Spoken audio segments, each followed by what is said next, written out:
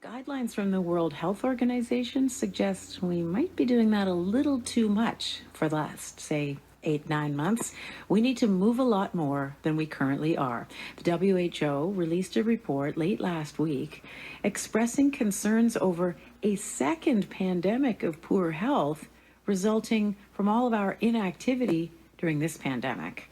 Martha Garrick is a clinical exercise physiologist in Etobicoke, and I spoke with her earlier. I asked her what would be the first step in getting the recommended, WHO recommended 2.5 hours of vigorous activity each week.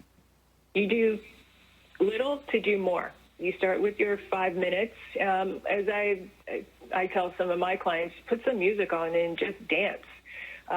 You can do, the actions during the movement that you're actually doing will engage your intensity. So you do light intensity movements, you're doing light intensity. You can work yourself up to a vigorous intensity within the time that you're actually setting aside to do this.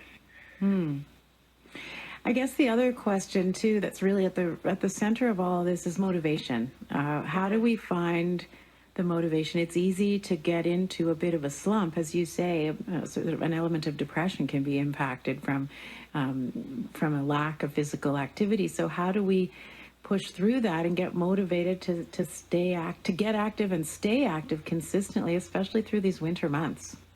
Yeah, I think one thing is you need to set a goal or try to get yourself to get into a routine.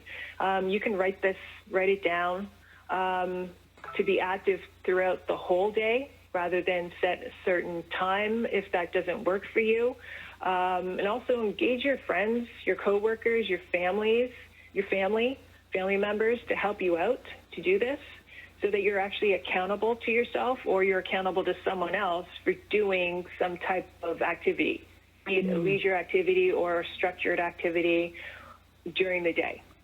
There are classes online, there's social media apps that you can use as those tools to help you be more active and then stay active.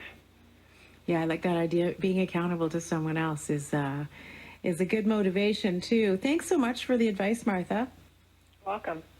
Martha Garrick is a clinical exercise physiologist in Etobicoke.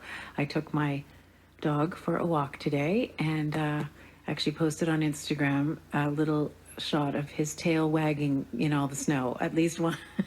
We have to take inspiration from our dogs. Perhaps they show us how to keep moving in spite of this weather, and they are always someone you have to be accountable to. Having a dog certainly keeps you moving around.